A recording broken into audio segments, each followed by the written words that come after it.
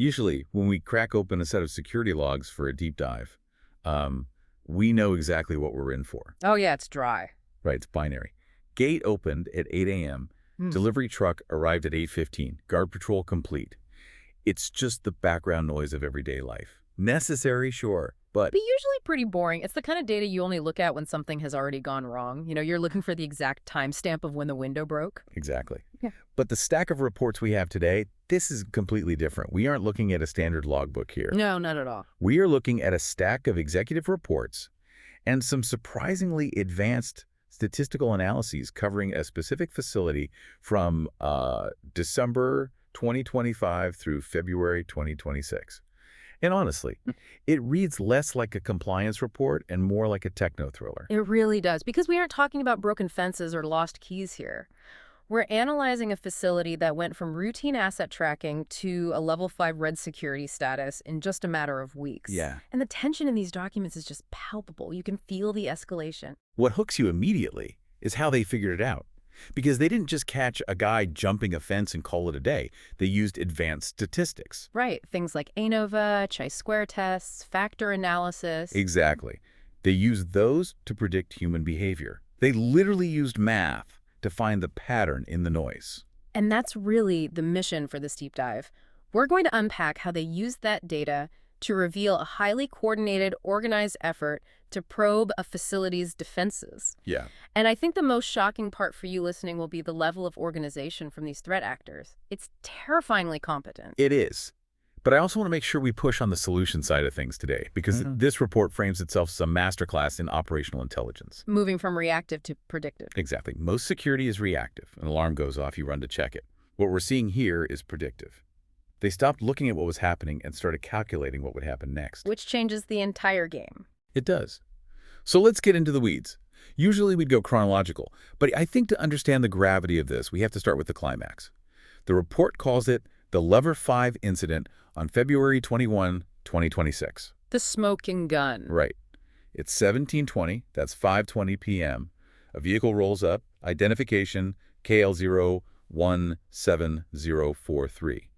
The subject is listed as a labor contractor supervisor. Okay. Now, if I'm just a guard at the gate, maybe I see a supervisor parked in a lot and think nothing of it. But the data says this isn't just a guy lost in the wrong parking lot. No, this was categorized immediately as a severe incident. The behavior recorded was, quote, predatory staring directed at a resident. Which is creepy enough on its own. Right. But what makes it a level 5 escalation, and this is where the jargon actually gets interesting, is something the report calls environmental correlation. Yeah, it circled that phrase. Environmental correlation. Sounds like something you'd hear in a climate change documentary. I know, it does. But in a physical security context, it's much more sinister. Break that down for us. What does that actually look like on the ground? So in security terms, routine behavior is generally random or purposeful in a linear way. You walk down a path to get to a door. You look around because you're bored. Sure.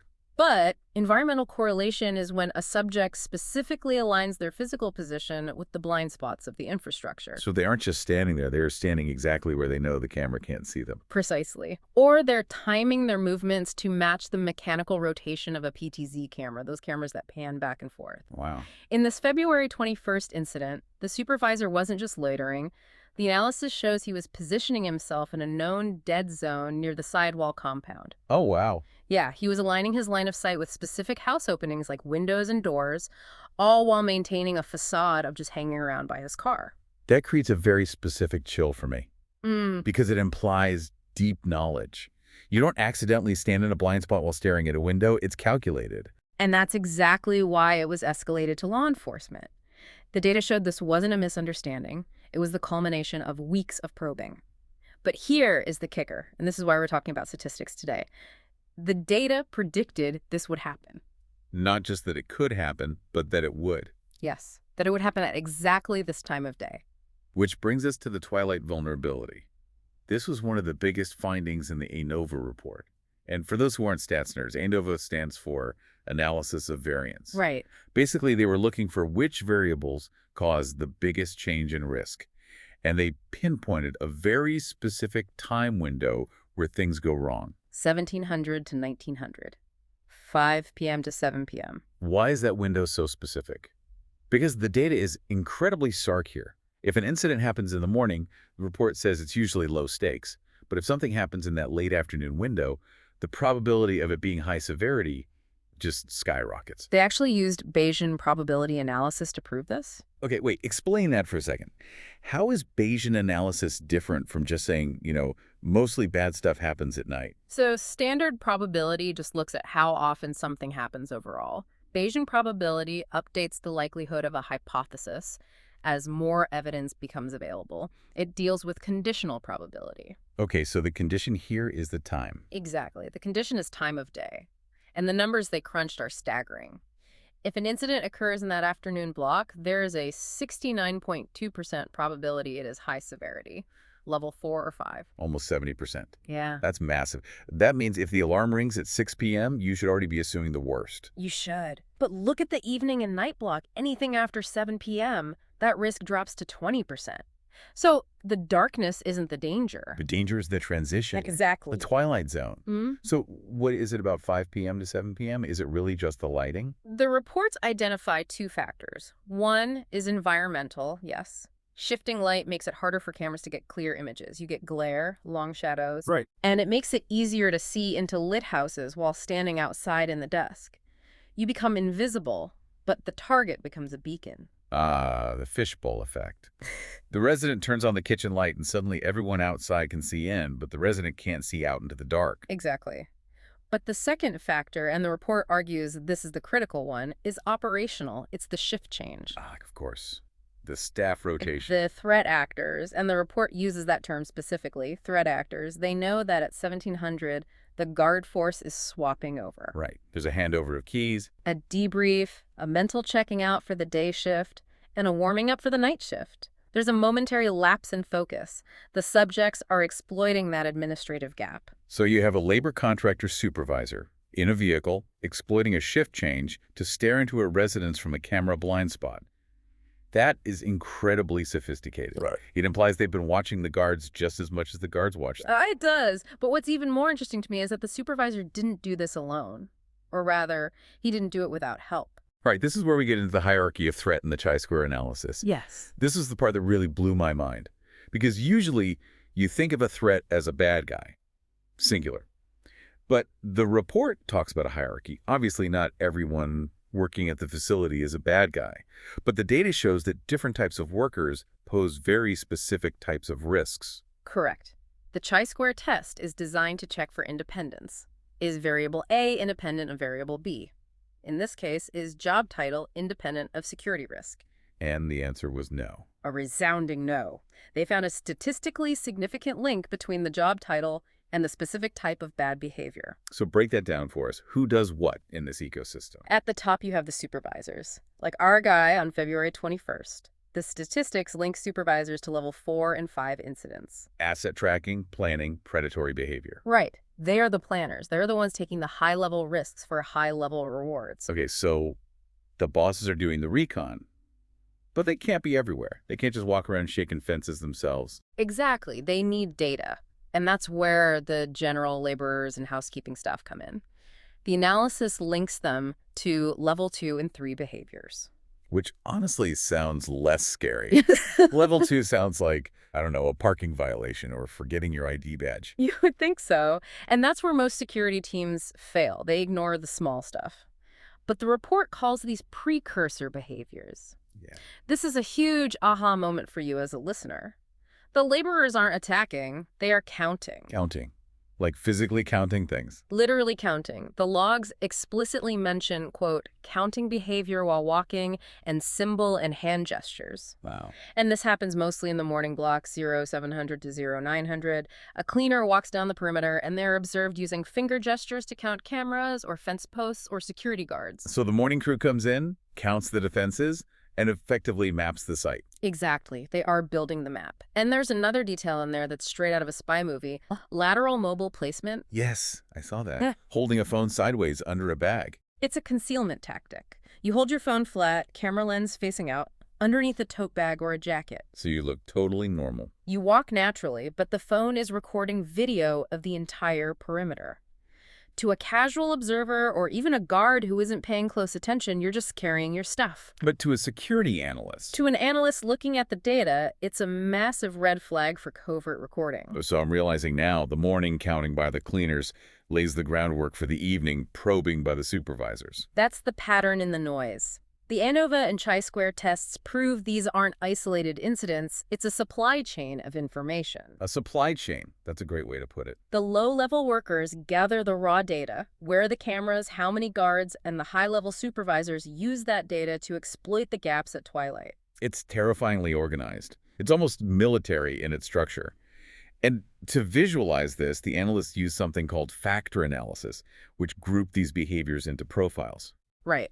Factor analysis reduces a huge list of variables into core themes. Instead of looking at 50 different isolated incidents, you look for the underlying factors that drive them. And they found 3 main profiles operating at the facility. Let's run through them because I think recognizing these archetypes is key for you listening. Profile 1. They call it the scout. This is factor 1. These are the people doing perimeter scanning and asset reconnaissance. Okay. It's high volume, usually external labor. They're testing the edges, looking at the fences. They are relatively easy to spot because they are actively looking at the security. Okay, so that's the noisy part of the signal. What about profile 2? This is the scary one. Factor 2, the specialists. The specialist, that just sounds ominous. These are solo actors, and the data shows they practice something called surveillance synchronicity. There's that phrasing again. We had environmental correlation, now surveillance synchronicity. What does that actually look like in real life? Imagine a camera that pans left to right every 15 seconds. A specialist moves only when the camera moves away. They sync their movement to the machine. The report notes that these actors are much harder to catch because they aren't looking at the camera. They're avoiding it entirely. They know the rhythm of the machine. So if the camera's looking left, they move on the right? They are effectively dancing with the algorithm. That is a perfect way to put it. They're dancing with the security system. And the report links this to a specific incident on December 31st, right? The decoy. Yes, this was an incredibly strange anomaly. A person entered acting, quote, mental or disoriented. That was the log entry. Right. They used a turban concealment tactic, hiding their face. Now, normally, security sees a confused person, they escort them out, and that's the end of the story. Right. You assume it's a medical issue or a mental health crisis. You feel sympathy, not suspicion. But the analysis flagged this not as a random person, but as scene generation. Scene generation. Meaning they were creating a scene just to see what would happen. Exactly. They create a disturbance, a code 018, to test response times. How fast do the guards come? Do they check ID? Do they call the police? Or do they just open the gate to get the person out of there quickly? It's a stress test. A stress test of the system. Yeah. Disguised as a wandering, confused person. It's incredible that the data can distinguish between a genuinely confused person and a scene generator. How did they actually know? It's all about the variables. The environmental correlation was abnormally high. Even while acting completely disoriented, this person maintained high-level awareness of camera positions. Ah. Random people don't do that. Yeah. Someone having a genuine mental breakdown doesn't subconsciously avoid the PTZ camera's blind spots. That is a fascinating distinction. Intent leaves a data trail. It really does. We also have to talk about the vehicles, because there was a whole section on vehicle behavior that seemed a bit counterintuitive to me at first. There was. The NVIDIA showed a p-value of 0.70 for vehicle type.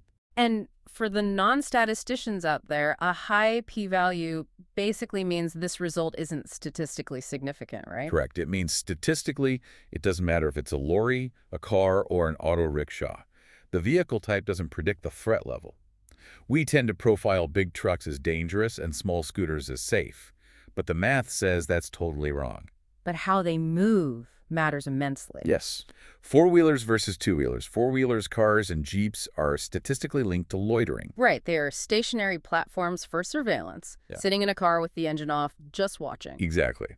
While two-wheelers are for dynamic risk, erratic maneuvers, weaving, quick getaways.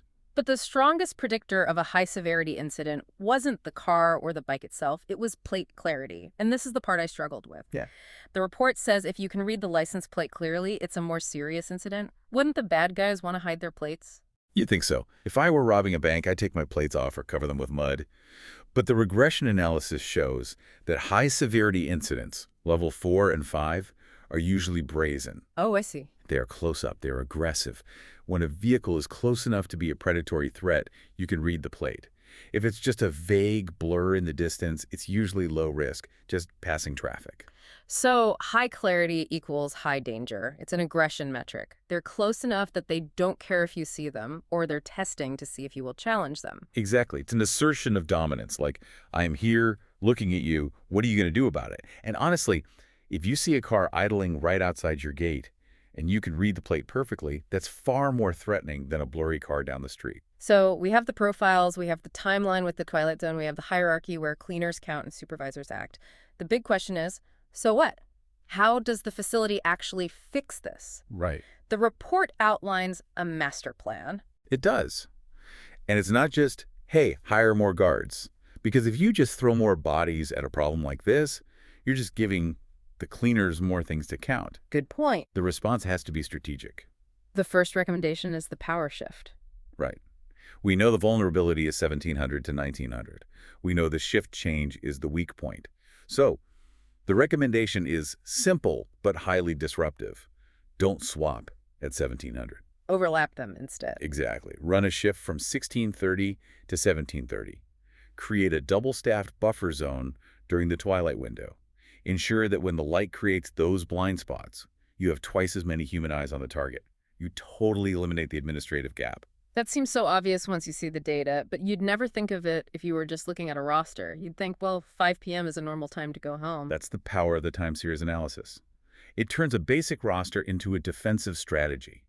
It aligns the workforce with the threat curve, not the clock on the wall. They also talk about hardening targets, specifically dead zone elimination. This goes back to the environmental correlation we talked about.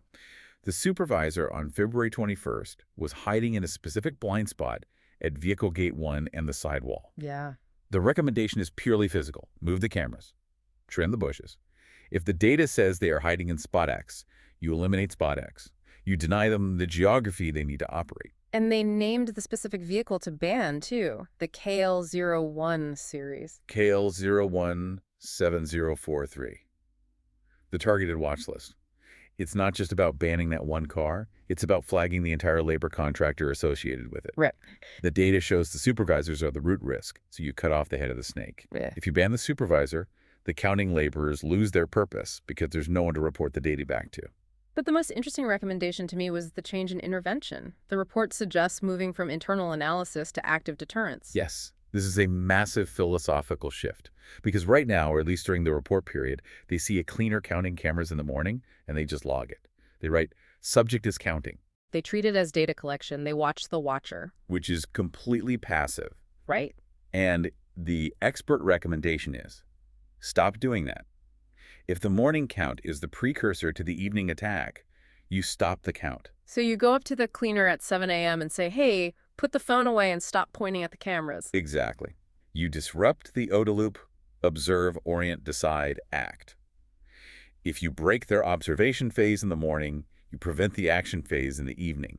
You don't wait for the level 5 incident. You stop the level 2 incident. You make it widely known that the environment is hostile to surveillance. It's amazing how it all connects. The cleaner's hand gesture in the morning is directly linked to the supervisor's predatory staring in the evening. It's a single narrative written in data points. And that's really the main takeaway here. Security isn't just about gates and guards anymore. It's about data science. It's about understanding that a facility is a living system with measurable patterns. It's about seeing the pattern in the noise. Precisely. You know, we've covered a lot today, the twilight vulnerability, the threat hierarchy, the behavioral profiles. But there's one concept from the report that I'm going to be thinking about for a long time, the latent factor. It is a powerful idea to leave you with. We tend to ignore the small things. A worker looking at a fence a little too long, someone holding a phone sideways, a car idling for 5 minutes. Right. We brush it off as noise. We say, oh, it's nothing, just a guy on his break. But the math says it's not noise. The math says these are the tremors before the earthquake. Factor analysis shows that these small, seemingly benign behaviors are statistically loaded with the exact same weight as a physical breach. They are just the early stages of the same event. That's a sobering thought, that the breach isn't the moment the fence breaks, The breach is the moment someone decides to count the fence posts. And if you can catch them counting, you don't ever have to worry about the fence. Well, on that note, I'm going to go check my own home security cameras and see if anyone is environmentally correlating with my hedges. Just check the timestamps. If it's between 5 and 7 p.m., you might want to be worried. I will definitely keep that in mind. Thanks to everyone for joining us on this deep dive into the surveillance matrix. It's been a fascinating look at how numbers can predict and prevent the worst-case scenario. Ideally, yes. Stay vigilant. We'll see you on the next deep dive. Stay safe out there.